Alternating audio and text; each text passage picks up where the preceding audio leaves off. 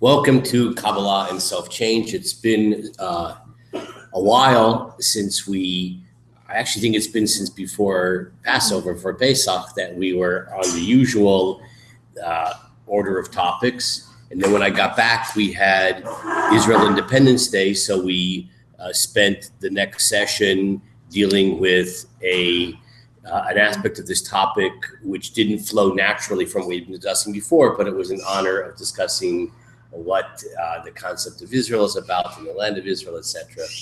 So today's actually be the first day since before Pesach. So we're talking about really well more than a month that will actually be going back to what we're discussing before. So I'm therefore going to right now review what we've done over the past 8 sessions. No, I'm not going to do that because that would take a very long time. And I'd have to remember what we said. It's recorded. And it's all recorded, actually, so it's not a problem at all. But I do want to just touch base on the very last themes that we were talking about. We talked about how to change, how to grow. That's the topic of this class, and especially based upon the insights of Jewish mysticism, of Kabbalah, particularly as expressed in the ideas of Rav Kook, the first chief rabbi of the land of Israel in modern times, appointed by the British under the British mandate, died before there was a state of Israel, died in 1935. So Rav Kook, in his work Torah of Tshuva, the lights of repentance, so I like to call it lights of change, really, that's what it's really about. Yeah, that's the text in which he really in depth talks about these ideas of change, of growth on every single level, cosmic level, personal level, national level. It's extremely profound. Today, Bezrat Hashem, towards the end of our discussion, we'll see how far we get. I have quite a lengthy selection from Torah of Tshuva. We'll just see how the time goes. But the very last topic that we've been discussing is the fact that the engine which drives us, according to Rav Kook, is what he calls ratzon, will. Now, the problem with the word will, or for that matter, the Hebrew word ratzon, is that there's a lot of ambiguity packed into that word, because that same word ratzon, when we say in Hebrew, I want something, ani rotzeh. So I want something, so that could be on a very primitive, petty, self-centered level, like a kid. I want that toy, or whatever. Okay? So that does not sound particularly noble. When Rav Kook is talking about will, ratzon, as being the engine which is going to power our growth and change, so he's obviously not talking about a petty will or an egotistical will. So we have to come up with sort of shades of meaning to be able to express better this idea. But on the most fundamental level, I think everybody can understand that on the most bottom line, we don't do anything really unless we want to, right? We do it because we're forced to, right? But then we don't do it with a whole heart. The people who become really good things, it's because they want to do it. You don't become a great musician or a great athlete or whatever it is unless that's something that you want, right? If you're forced into something that you're not going to become great. And I would say that on a certain level, when, let's say, talking about an athlete, everybody recognizes that's an incredible accomplishment to do what an athlete does, which requires a lot of work. So when I was a kid, Canterwald once said something. I was just a kid, the Cantor down the street who's Baruch Hashem still alive. And he gave me an image. I thought it was a really nice image. It was to all the kids my age. And he said, we have to think of ourselves as spiritual athletes. And when you see somebody who is spiritually accomplished, I'm not sure they get much credit, I don't think they get to endorse sportswear and make millions of dollars. You know, this great spiritual master endorses Adidas, right? That doesn't really exist. But that is an accomplishment which is no less. The struggles, the kind of struggles that an athlete has of being able to drive one's body to do things which there's a lot of forces of that drive you towards being sedentary, right? And other kind of limitations that make it hard to be an outstanding athlete, man, to adapt one's behavior, one's thoughts, one's emotions, to be a spiritually refined person. That is no less of an incredible accomplishment. So we're striving to be athletes of the spirit here. So what drives that? Just like an athlete is driven by ratzon, by will, so too we are driven by will. Now, a shade of meaning that we suggested in the past to make this open it up a little bit is will in the sense of being willing, right? Because Rav Kook has this very powerful idea, which we discussed a little bit, that we don't do it on our own, that we have this idea of, in Aramaic, siyata dishmaya, the help of heaven, siyata dishmaya. People write on their letters. They're taking notes, anything. They write at the top, bet samach dalet, those 3 letters, siyata dishmaya, with the help of God. Okay. Actually, Muslims do the same thing in Arabic. Okay, so that's an idea that's not lip service, that there is a divine force in the world that is a source of energy and drive that we can capitalize on. We can ride that wave of divine energy, but we can't do it unless we're willing. You have to be willing. We have to be a vessel, like this vessel right here. We have to be a vessel for that divine energy to be able to then access it. Now, the problem is that we have crises. Our will is, believe it or not, I know this comes as a shock, is not always harmonious with the divine will. It's not always harmonious with what it means to be a healthy, happy, refined person. I know that comes as a shock to you. But imagine, somewhere out there, there are people there who realize that. I know for everybody here, we live in perfect harmony with the soul of the universe and everything is hunky-dory.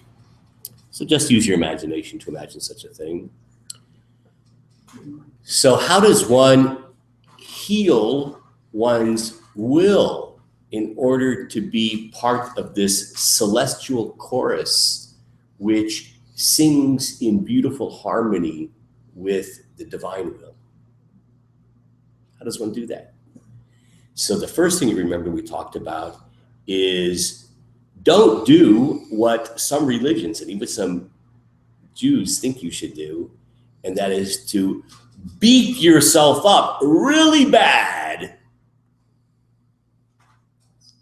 Tame yourself by beating yourself. I mean, metaphorically, probably even literally, there are people actually who engage in, right, ascetic behaviors in order to kind of tame oneself. Rav Kook says the following. He doesn't use this analogy, but it's the idea. Remember we talked about will? Will is the engine which drives us. It's the motor. So therefore, can you imagine that your car is not cooperating? Ooh, that person in the car business over here. So your car's not cooperating, right? Well, you're going to do something about that. You're going to beat that car into submission. You take a big sledgehammer, you open up the hood of the car, and you start pounding on the engine. That's going to fix it. Of course, that's a ridiculous and absurd thought, but that's what we do to ourselves if we engage in this kind of punishment of ourselves. In fact, we just destroy the engine which has that potential to move us forward. So what do we do instead of that? So on the most basic level, Rav Kook said an amazing thing. He said, number one is on a physical level. In order to cultivate and redirect your will so that it will power you in a positive direction, the first thing you have to do is make sure that on a physical level, within the limitations that God has given us, that we're in maximal health in the limitations that God gave us. I mean, right? I'm not going to be Arnold Schwarzenegger, assuming he's in good health. He looks pretty good. He used to look pretty good. I haven't seen him lately. But say Mo, when I was Mo's age, of course, I was, right? But, whatever, you get old and disabilities and all kinds of things happen. But within that, to maximize the ability to be, in fact, physically healthy, because to be physically healthy is a context to allow that motor, that engine, to be able to operate. Okay, the best we can do within our limitations, number one. Okay, so don't go on 10-day fasts or the Diet Cola diet, right? Or the Twinkie diet or anything else like that, right? To exercise, to eat properly. That's number one. Number two is now on a more spiritual level. And what we start to talk about in this, the very last session, is in order to be able to harness that engine and to make sure it's steering us in the right direction, we have an amazing tool, the brain. That brain, by having clarity of vision, we can motivate ourselves to want to act in a holy fashion. Well, how do we do that? Well, we don't do it by going to UC Berkeley, though that can accomplish many other things. I'm not trying to discourage you. Because I don't think that they have a major in how to be a holy person at UC Berkeley. Okay, one does it by studying Torah. By studying Torah, one gains clarity. What's right? What's wrong? On the most basic level, certainly that you have to know. Okay, one gains motivation to be able to move in that direction. And one can gain insight how to move in that direction. But that already leads us to what I want to talk about today. We're all good? That was a very short kind of bird's eye view of some of the things that we've been talking about lately. So I'm going to hand out now the sources for today.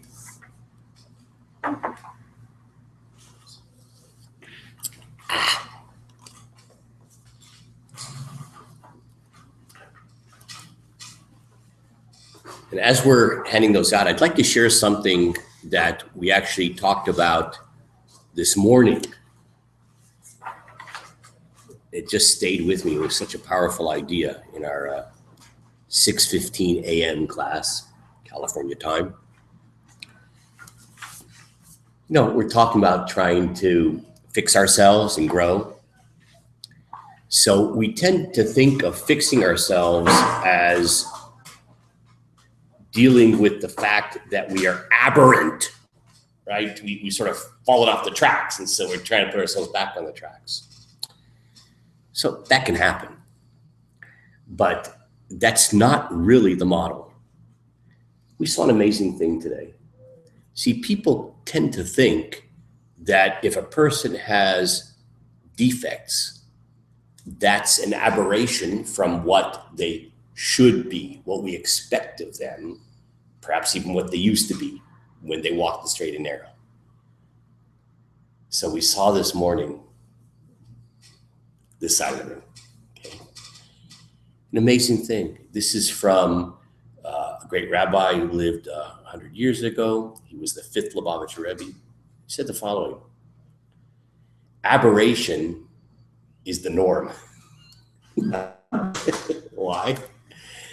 There's a verse, and the verse says that a person is born as a wild donkey. It's true. We're biological. We're part of the animal kingdom, at least part of us. We're born very raw. You know, babies look cute, but they are not angelic. And as they get a little bit older, you start to see a lack of being angels. Is it okay to say things like that? I do not hate babies. I like babies. I'll set the record straight. We're born in ways in which we are very rough and unfinished, egotistical. And we have 70 years. It says in Psalms. But let's be generous nowadays. 120 years. We got 120 years to change from being a wild donkey to mow a holy, refined spiritual person. It's amazing. Okay? That takes work. Okay? And the text we saw this morning quoted this beautiful pasuk that God gives us Shivim Shana, 70 years, Bahem, in order to, through those 70 years, to change ourselves. And the word Bahem in Hebrew means in them, but it's related to the word Behemah, animal. We have 70 years to overcome our default setting, which is wild donkey. So when we have these defects, don't look in the mirrors and say, what a loser I am. Or don't look at anybody else for sure and say what a loser he is or she is. That's for sure. You should never do that. Yeah, keep the mirror. Forget about anybody else for other reasons. But the truth of the matter is, that's the default. That's the default. What we're trying to do is refine ourselves. Okay, now, are you ready? We're going to see a very powerful idea here about two different types of people. You don't have to raise your hand in order to identify which group you're in. Let's see what Rav Kook has to say. There are people that God has created straight, the Hebrew word yashar. I was trying to figure out when I translated this, because straight is not exactly upright. I like that. Yeah, it's like a little heart, like straight. So like instead of crooked, whatever. So integrity, upright, who possess a pacific character. So in Hebrew, the word that he uses is shoketa for the word sheket. You know what the word sheket means? Quiet. So that's why I say pacific. That's kind of like a good translation. Okay. Hi, Wendy. So sheket, a quiet personality. You may have met people like this. There are actually people that, even though we just talked about that verse that says we're born wild donkeys, so some people are born as little sheep. Okay? Can anybody bray? What's it? Not pray, bray. Anyone bray for me? No, that sounds like a sheep. Can anybody bray for me? Like a sheep? Yeah, no, like a donkey. No, like that. What's a donkey sound like? The That sounds like a sheep too. See that? Oh, there we go. Okay. I was about to, takes one to know one. Okay. Thank God we got a wild donkey there. Got a couple of sheep over here. They don't even know what a donkey sounds like. So we're all born animals, but some people are born as sheep, little sheep. Okay. And the only thing they can get out of their mouth is, okay. If they toil in Torah, if they work, character development, they work in their character and in wisdom, they will ascend to great heights. Now, I hope I don't insult this, I'm walking a little bit thin ice right here. Last week, I talked about this great rabbi who passed away last week, Rav Lichtenstein. I just have this feeling that Rav Lichtenstein, he was born with a very beautiful neshama, and he worked very hard to then become amazing. Okay, that's what Rav Kook is saying.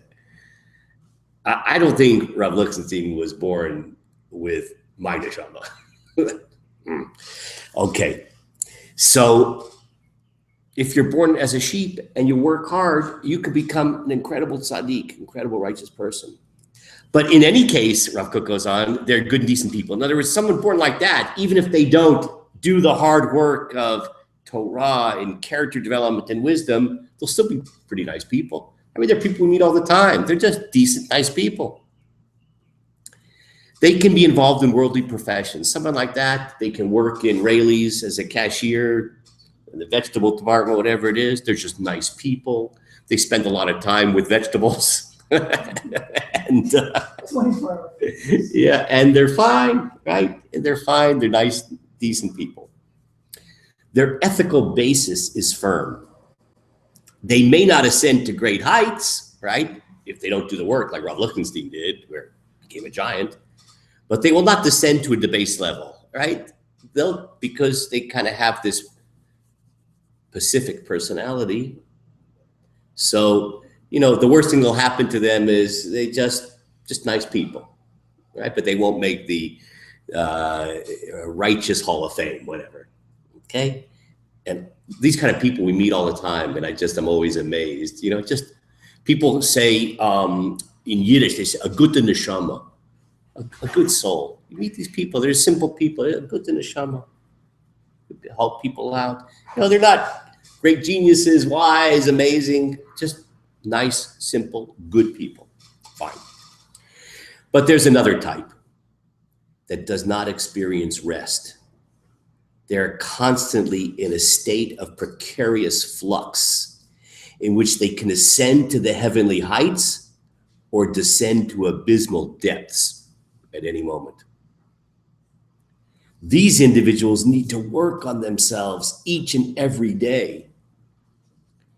When they accustom themselves to their necessary path, they can ascend higher and higher, but if they abandon it, they are liable to descend ever lower.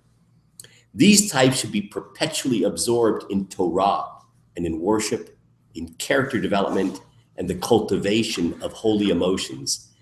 They should not be overly occupied in worldly affairs and mundane ideas. Someone like that should not work with the vegetables in Rayleigh's, because this type of person whose spirit is so volatile, right? Their animal they were born with was not a little sheep. They were really born as a braying donkey. And so they have to live a life of constant work on themselves, because as soon as they don't do that hard work, unlike the previous category of person who just is a nice, decent, wonderful person, this person will become a monster, either to themselves or to other people or all the above, because of that kind of volatile personality that they have. This is the kind of person who should become a rabbi, right? Because he needs to be constantly involved in Torah and in thinking about these ideas, because he needs that constant work. Now, will all category 1 raise your hands? Category 2, raise your hands. Oh, there's only one honest person in this entire room. In the course of the generations, there are sometimes generations that have the general collective character of the first variety, and there are generations that have the second character. So Rav Kook says now an amazing thing. So just like among individuals, there's some people that are born a nice sheep, and there's some people born a wild donkey. There are generations as a generality. Obviously, there's always exceptions and a spectrum, but there are generations in history where it's a kind of collective personality, either that people are just kind of mellow and just nice people, or a kind of spiritual, emotional volatility that needs this constant work, and you either become an angel or a demon, right? Metaphorically, right? Now, I believe that Rav Kook is suggesting that our generation, and Rav Kook died in 1935, that's also our generation. Everybody here was alive in 1935, right? So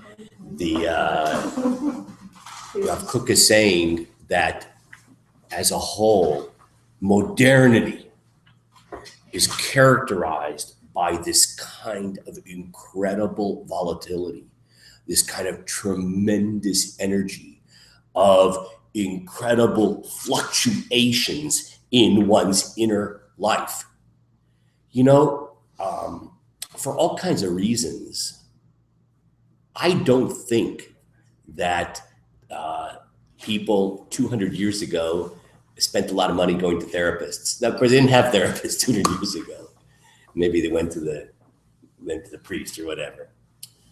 But I actually think that it's not just that there was no such thing as therapists. There's no, they did it in other ways. I actually think that on a certain level, there was a kind of a different way of experiencing one's inner volatility. Now, there may be all kinds of reasons for that. It could be sort of a luxury. The truth of the matter is, if you have sort of fundamental survival taken care of, you have the luxury of being a little bit more in touch with that volcano inside, right? If you're just constantly panicked to survive, so it's a little harder to feel all of the volatility and agitation of the soul. But, we live in a time where we're certainly in the West, where we are incredibly blessed that, electricity, running water, bathrooms, stove, it's hard to imagine what life is like without these kind of technological supports. And once we have those things, it allows us to be able to, in fact, kind of drop down into and experience a kind of volatility of the soul, which is scary. And therefore, as a generation, we need to do something very specific, and that's what we're all about right now.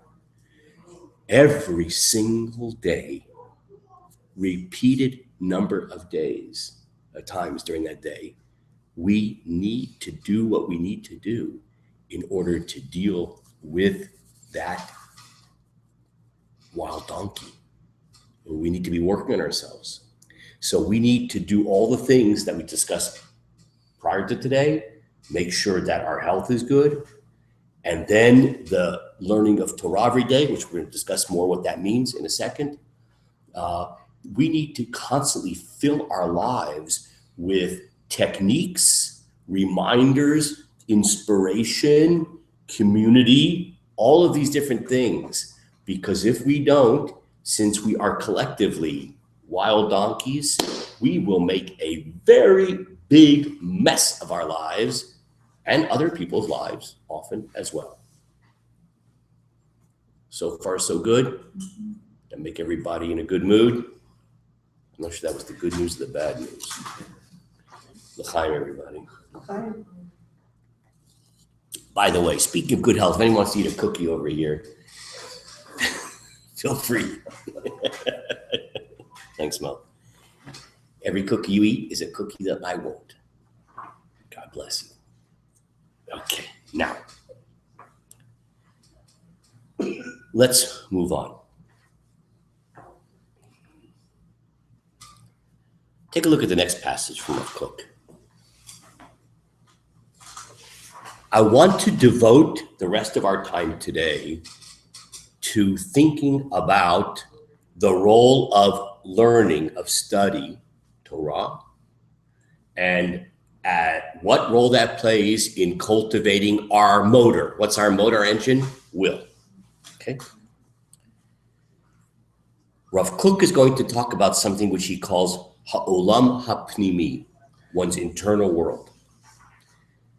Because we have to be able to access a very deep internal part of our being in order to grow.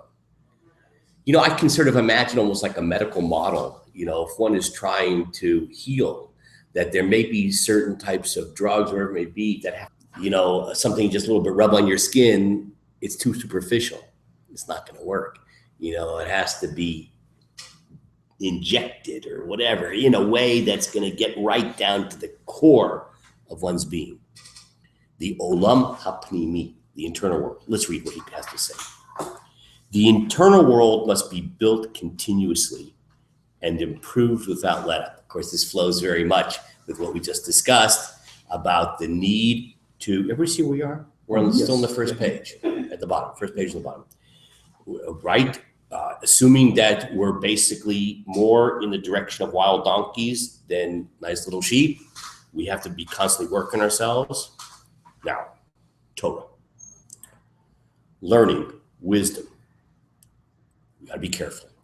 Boy, this so relates to Mo. It's amazing. Mo, I hope you don't feel bad I'm picking on you, because I'm not. It's just the way God works. Knowledge does not build one's internal world. Right? Not information. Information and one's internal world have nothing to do with each other. Knowledge does not build one's internal world and becomes sufficiently integrated that the will is imprinted with it. Now, what's amazing about this is this could even be knowledge of religious things. So to give like a gross example, so you could go get a PhD in comparative religion, and you can be an absolutely miserable, horrible, terrible person, right? And you have all the knowledge and information, right? Didn't penetrate, completely external. It's not touching the olam hapnimi, the internal world. Then Rav Kook goes on, Torah, awe of God, wisdom, prayer, awareness and service, performing the mitzvot, serving God, serving other people. When they come together, they improve the world. When the proper measure of one is lacking, the structure is deficient. We have to have a multi-dimensional, multi-modality attempt at impacting our most inner world in order to grow. And it's multi-dimensional, multi-modality. There has to be learning and understanding. There has to be awe of God. God has to be real. Wisdom, insight, right?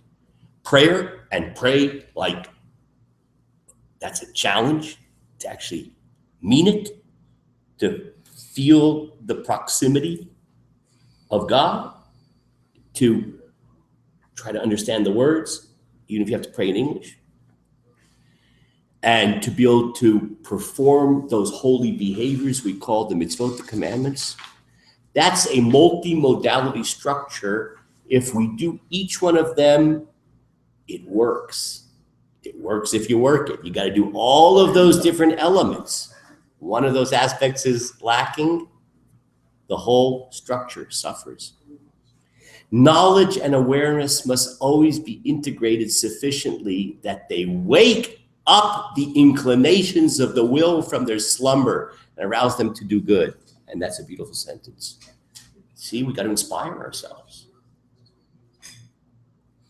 Now I'm going to say something not very orthodox. Is that okay? Will you forgive me? Got a blank check? Okay. You don't forgive me, it's okay.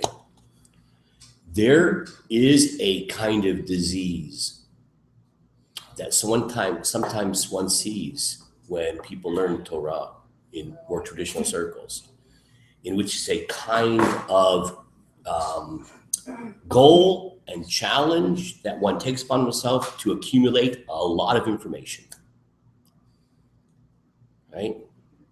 I once saw this amazing story that a certain person who was not a very refined person told his rabbi, I deserve a big congratulations. Oh yeah, why? You have a baby? No, I finished the entire Talmud. I've heard this. Yeah, but not the punchline you think. So the rabbi said, yeah, go fast. For 3 days. Fast for 3 days. You heard it from me, I think, or you heard it from somebody else. Go fast for 3 days. I kind of walked away completely confused. Sometimes what we think is a big mitzvah, big good deed, is no small transgression. To make the Torah into this accumulation of information is not what it's about at all. The information is important, but it's only doing what it really should be doing until it works so deeply that it wakes up the inclinations of the will from their slumber and arouses that will. The key, you got an engine in that car. No key, that car ain't moving. Torah is the key. It's trying to wake up that car, right? So we have to be able to approach Torah with that mind and that goal, that I'm learning Torah in order to arouse and wake up that will, that motor. Okay, so far so good. Does anybody have any questions or comments? I've been talking a lot. Anybody want to make any comments or questions? Okay. Okay.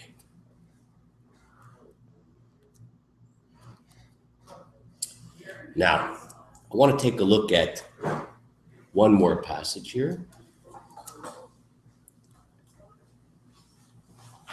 And it very much flows from and ties into the theme that we discussed before of the kind of generation that we live in, and that is the kind of inner agitation that we have. Listen to this. I'll read it in Hebrew a little bit. Ba'et shkitat ruchot, at a time when the spirits are quiet, manhig haregesh hayashar levado, then one's upright, I'm going to use Moriah's translation, one's upright emotions alone can in fact guide the world. In other words, sometimes, if things are okay, like you're on, everything's even, you can operate intuitively. That's how I would sort of understand this idea of, one's upright emotions can guide the world. You don't have to everything doesn't have to be so processed and conscious. Just intuitive. That's if things are calm. But lo hu b'shat milchama. This is not the case when it comes to a time of war. These are metaphors. Ba'et tisisat ruchot, at the time where there's the agitation of the spirit, the winds of war. I think he means in an internal sense here. Asrichim eitzah gvura. At that time, one needs counsel and one needs courage. Now, what does that mean? See, how do you make decisions? We're making decisions all the time. There's a million decisions we make throughout the day. We don't usually stew over them or ruminate over them. They come fast and they come and they're fine. And usually everything's fine. You don't need to look in a book. There are actually people, it's a psychological illness, that they go to a rabbi for every single thing. If they had a rabbi next to them, they would ask that rabbi every 5 minutes what they should do. These are, obsessive compulsive people. They're sick. Okay. Normally speaking, we should be able to make the normal decisions, right? But you see, we have something amazing. We have a tradition that is not just abstract spirituality. It actually helps to define what's right and what's wrong. That's why when Jews want to know a difficult situation, an ethical issue, we don't just pray to God for inspiration. We have 3,500 years of tradition of thinking about these issues. Thousands of pages of great people have thought about these issues based upon traditions going back to Mount Sinai in Revelation. And we have law codes, right? And you can look up in the law codes and all the different literature about what is the right behavior in this circumstance. So whether it's a modern technological issue, medical ethics issue, or whatever it may be, that's a very cognitive, intellectual endeavor. Anybody who has studied, in yeshiva, they don't sit around and engage in spirituality, believe it or not. Right? A lot of people are kind of shocked because people think of, sometimes when I talk to non-Jews who are clergy, and I do that on a regular basis, so they don't really understand. I never went to seminary. In their mind, that's how clergy become clergy. You go to seminary. And in seminary, you have all these classes on spirituality and all this kind of stuff.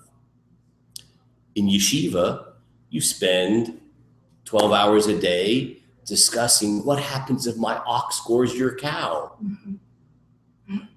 Right? That doesn't sound very spiritual, but you know what? It actually creates a moral, decent society.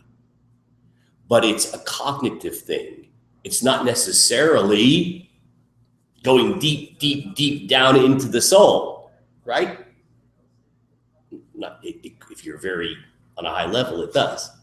It's very interesting that the author of the most important law code in the past 400 years, Rav Yosef Karo, the author of the Shulchan Aruch, 16th century, besides the fact that he wrote this incredible law code, which defines what is right, what is wrong, he was a mystic, unbelievable mystic who had mystical experiences that if you didn't know better, you'd think you'd have to put in an insane asylum. He had these visions of a book that kind of embodied and spoke to him.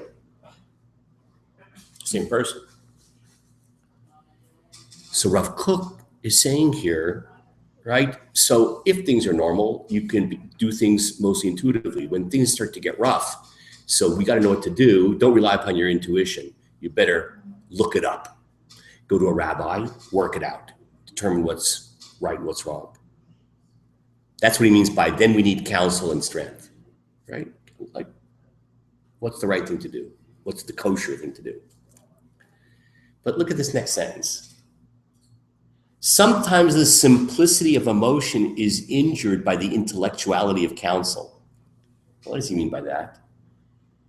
That we want to be emotionally and spiritually vibrant and alive. But if you have to keep going to a book and the Talmud and the whole process in halakha, of Jewish law, to determine what's right and wrong, it can have a kind of almost giving the soul a cold shower. It's all the spirituality and vibrancy kind of got cold water thrown on it, and because it becomes sort of legalistic, very intellectual, cognitive. So Rav Kook recognizes that. So he says the following, but it's worthwhile. In the service of the stratagem of conflict, you see, when times get tough and one can no longer rely upon one's own judgment, one's kind of intuitive judgment in navigating life, it's war, right? So one may have to sacrifice a certain emotional, spiritual immediacy in order to make sure that one is doing the right thing. Rav Kook says, it's okay. The alternative is to be killed in battle, right? You have to do the right thing strategically, even if it is going to come at a price. But then Rav Kook says, but don't worry. Ultimately, all that lost will return. There'll be a time when, in fact, things calm down a little bit and one can return to a more intuitive, emotional, spiritual vibrancy. So far, so good. Okay. Now, any questions or comments on anything we've said? I want to explore more this idea of the role of study of Torah in terms of operating on our will, motivating us, etc. So let's read this next passage here. I'm going to read it in Hebrew, and the English translation is right there. I'm going to read it from my little blue book written by Mao Zedong. Okay. So we don't have the Hebrew? You do. It is, just keep turning the pages after the, you see, you keep going to the end, there's Hebrew. That's the Hebrew, okay? But I'm just gonna read it from here, okay? Okay, so this is from the 10th chapter of Rav Kook's work on Orot Teshuvah, the Lights of Repentance. And the theme is, as it says here, the interdependence of penitence, which growth really, and Torah in their general nature and in their highest significance. Okay, whatever that means. So we're gonna read the first paragraph here. It's just selections. Teshuvah shlema be'emet tzricha hi lehistaklut elyona. Lehitalut likar ha'olam hamalei emet v'kodesh. V'zeh iyafshar kim ayidei esik me'amakei ha'torah v'chokhmah ha'elokit b'razei olam. That is beautiful Hebrew. Just read the English here, it's easier. Truly, full penitence presupposes high vistas of contemplation, an ascent to the rarefied world that abounds in truth and holiness. One can achieve this only through the pursuit of the deeper levels of Torah and divine wisdom concerning the mystical dimension of the world. Okay. Now, we're going to touch on a paradox. On the one hand, learning Torah motivates us, clarifies for us what's right and wrong, clarifies for us insights into how we operate, etc. So it's both a motivator, but the problem is, to the extent that we don't have our act together spiritually, it actually impedes our ability to understand Torah. So there's this kind of tension. So when we learn Torah, it guides and inspires us and motivates us, but we actually really can't fully understand it when we're in a state of being a wild donkey. Being a wild donkey clouds our vision. We have a kind of inability to see clearly. So there's a tension because, oh no, to really understand what I'm reading, I have to be angelic, or else I don't fully understand it. I have too much junk over my eyes. On the other hand, if I don't read it, I have no inspiration, no guidance, no clarity. It's like, what do I do now? I'm like, it's a chicken or egg thing. So let's read on. This calls for physical purity and moral purity as aids, so that the clouds of lust shall not obscure the clarity of the mind. That's just what we said. Ever see where we are? Okay, right? That's what I said about it's very hard to see things clearly, to appreciate fully if one doesn't have some level of purity. But prior to all these must come the study of the Torah, specifically the higher Torah, for only this can break all the iron barriers that separate the individual and the community from their heavenly Father. Okay, let's talk about this. There are different genres of Torah. You know, Torah can be used in a kind of a technical sense, the 5 books of Moses, Torah. But usually when we speak about Torah, we mean all of the Jewish traditional literature over the past 3,500 years. Okay. There is kind of standard normative Torah, like law codes, right?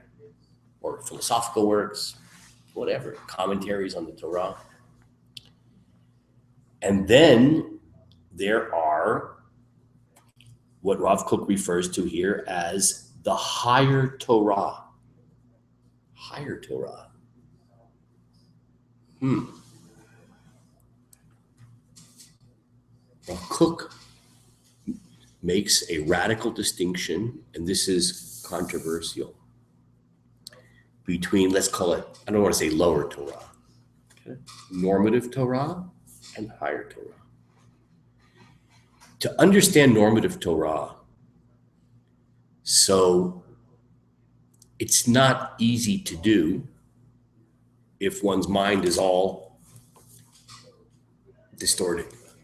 I've had this amazing experiences where I've studied with people. I've had people in classes that, it's going to sound terrible, they're not educatable.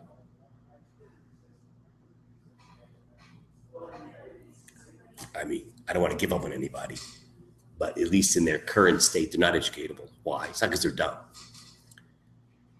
Because they actually don't have the ability to listen. They don't have the ability to receive. They are so twisted up in knots. They are so neurotically self-involved. They come to class to tell everybody else in the class their wisdom and their opinions. There's zero interest in actually learning Torah. That person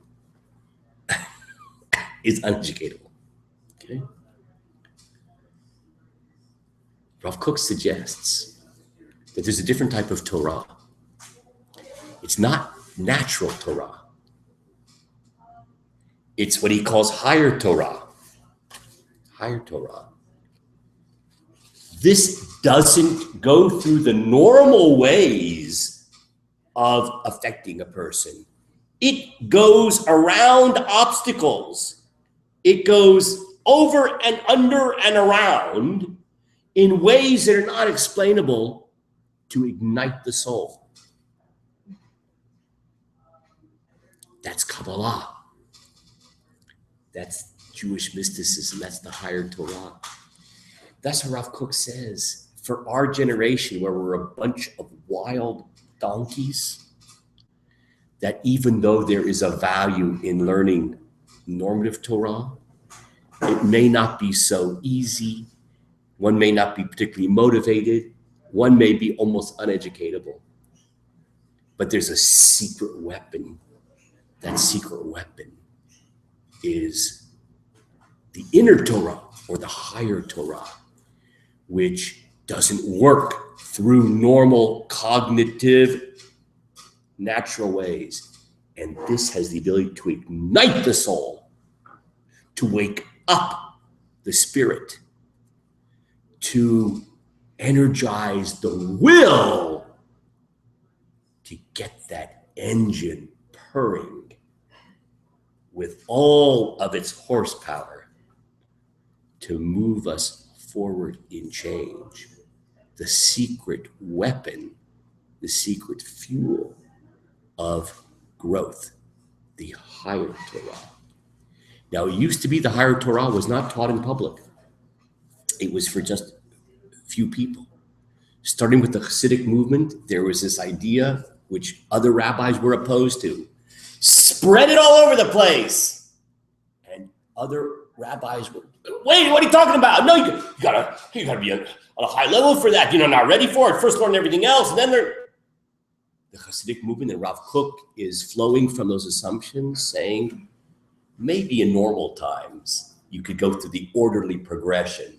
Start with the Torah, with Rashi's commentary, and then go to step B, and then D, like go to a college course, A, B, C, whatever, general introduction to chemistry, and then inorganic and organic and blah, blah, blah.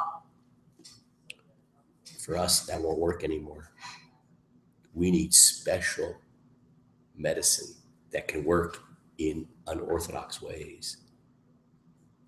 And that's the inner light, the higher Torah of Jewish mysticism, of Kabbalah. Okay, we'll pause on this note and we will continue same time, same place. Have a great week.